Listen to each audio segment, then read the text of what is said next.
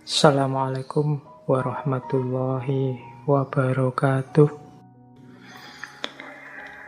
Baik, wah ini banyak, tidak apa-apa ya dongeng kesana kemari. Nanti dipuncai dengan mimpi yang dari aspek motivasional tadi. Kalau teman-teman membuka-buka kajian-kajian filsafat, itu nanti ada istilah oneirologi. Oneirologi itu cabang ilmu pengetahuan yang meneliti tentang mimpi. Jadi ternyata ada istilahnya. Oneirologi beda ya dengan tafsir mimpi. Kalau teman-teman mungkin kenalnya tafsir mimpi, seperti Nabi Yusuf yang dapat mukjizat bisa menafsirkan mimpi dengan tepat. Oneirologi ini membahas ontologinya mimpi. Jadi membahas tentang hakikatnya mimpi ya, seperti tadi misalnya, mimpi itu seperti hidup ini dan lain sebagainya. Mimpi itu karena kondisi mental yang begini dan lain sebagainya. Itu namanya oneirologi. Oneirologi itu dari kata oneiroi. Oneiroi itu dari bahasa Yunani yang artinya mimpi. Jadi oneiroi itu pasukan dewa-dewa yang ngurusi mimpi. Jadi sekelompok dewa yang mengurusi mimpi. Onera itu artinya memang mimpi. Jumlahnya 999. Makanya mimpi itu bisa macam-macam. Dewanya saja 999. Dari 999 ini yang paling masyhur ada 3, yaitu Morpheus, kemudian Ikelos, dan Phantasos. Morpheus itu yang bisa berubah jadi manusia terus masuk dalam mimpinya orang. Kalau Ikelos itu bisa berubah jadi hewan-hewan. Kalau Phantasos itu bisa berubah menjadi objek-objek alam. Ini 3 yang paling terkenal. Nah, 999 oneiroi, dewa mimpi, itu putranya Hipnos. Dewa Hipnos. Nah, teman-teman kenal istilah hipnotis ya. Hipnos itu artinya dewa yang menguasai tidur. Jadi Hipnos itu tidur. Ya orang-orang kalau pas dihipnotis kan terus seperti orang ditidurkan. Karena memang dewanya dewa Hipnos. Dewa Hipnos itu dewa yang menguasai tidur. Nanti menarik kalau di Yunani dewa Hipnos ini punya kembaran. Kembarannya dewa Thanatos. Kalau dewa Thanatos itu dewa kematian. Nah, dewa Hipnos, dewa Thanatos itu putranya Dewi Nyx. Dewi Nyx ini dewi malam. Ini istilah-istilahnya mungkin teman-teman akrab, cuma ini memang terinspirasi dari nama dewa-dewa Yunani.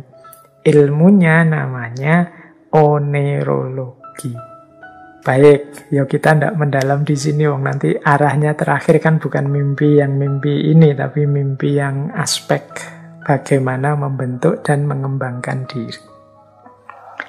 Dan pembahasan tentang mimpi ini ya sejauh yang saya tahu ada di semua horizon sosial, di semua horizon budaya. Tiba-tiba saya ingat kalau dalam budaya Jawa misalnya, itu ada persepsi dan filosofi khusus tentang mimpi ini. Misalnya orang Jawa itu membagi mimpi itu dalam kategori waktu. Jadi kalau di Jawa ada istilah yang berhubungan dengan mimpi, yaitu titiyoni, gondoyoni, dan puspo tajem. Nah, ini membagi malam saat kita tidur dan bermimpi itu menjadi 3. Mimpi di waktu sepertiga malam pertama itu dikenal kalau dalam budaya Jawa namanya titiyoni. Kalau mimpi di sepertiga malam yang kedua disebut sebagai Gondoyoni.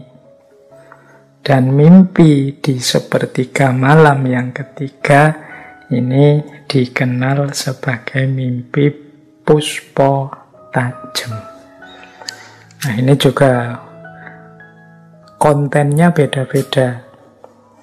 Kalau Titioni yang di sepertiga malam yang pertama, ya mungkin sebut saja ini jam-jam 9 sampai jam 12. Ini mimpi yang sifatnya hanya bunga-bunga tidur saja.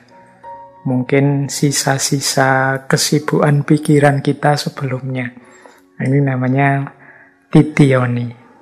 Mimpi di sepertiga malam yang pertama ini tidak harus terlalu dipikirkan, diambil hati, wong ini kembangnya orang tidur saja. Nanti ada mimpi di sepertiga malam kedua, namanya Gondoyoni. Kalau ini sifatnya lebih dalam. Jadi mungkin kalau pakai bahasa psikologi ini mimpi yang isinya ekspresi emosi bawah sadar kita. Jadi mimpi ini mungkin menyimpulkan keinginan-keinginan kita yang terpendam, hasrat-hasrat kita yang tersembunyi. Itu biasanya di sepertiga malam yang kedua, jam 12 ke atas lah sampai jam-jam 3. Nah, nanti ada sepertiga malam yang terakhir. Jadi mungkin jam-jam 3 malam sampai menjelang subuh. Ini namanya Puspa Tajem. Nah, mimpi di sepertiga malam yang ketiga inilah yang bagi orang Jawa ini isinya petunjuk-petunjuk, isyarat-isyarat yang penuh makna. Jadi asal kita mampu membacanya, asal kita saat tidur juga dalam kondisi baik.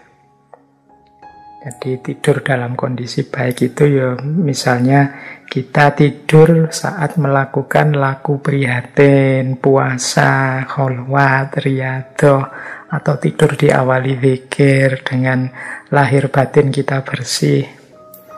Kemudian bukan tidur dalam rangka maksiat, dalam rangka iseng, dalam rangka dan lain sebagainya, tapi memang tidurnya itu tidurnya orang yang istirahat untuk melakukan ibadah, laku prihatin yang lebih baik di setelah nanti bangun tidur. Jadi tidur kalau dalam agama yang jenisnya ibadah.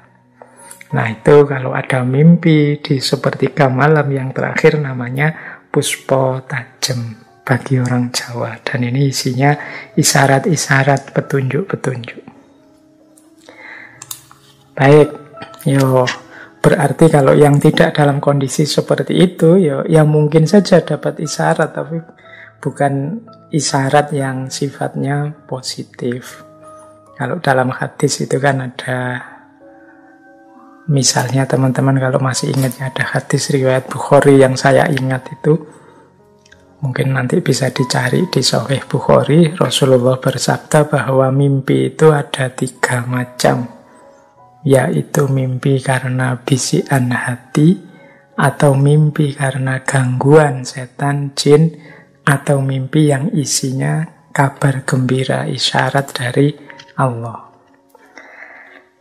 Baik. Ini ilustrasi untuk menunjukkan bahwa ada banyak filosofi, ada banyak makna kalau kita ingin menggali mimpi dalam perspektif memahami hakikat hidup ini, khususnya hubungannya dengan kedirian manusia. Oke, untuk malam hari ini saya cukupkan sekian dulu. Mohon maaf kalau ada yang kurang berkenan, mungkin 1-2 kekurangan apa, mohon dimaklumi. Kalau ada kekhilafan, kealpaan yang teman-teman ngerti benernya seperti apa, ya silahkan disampaikan. Kurang lebihnya mohon maaf. Wallahul muwaffiq, wallahu a'lam bissawab. Wassalamualaikum warahmatullahi wabarakatuh.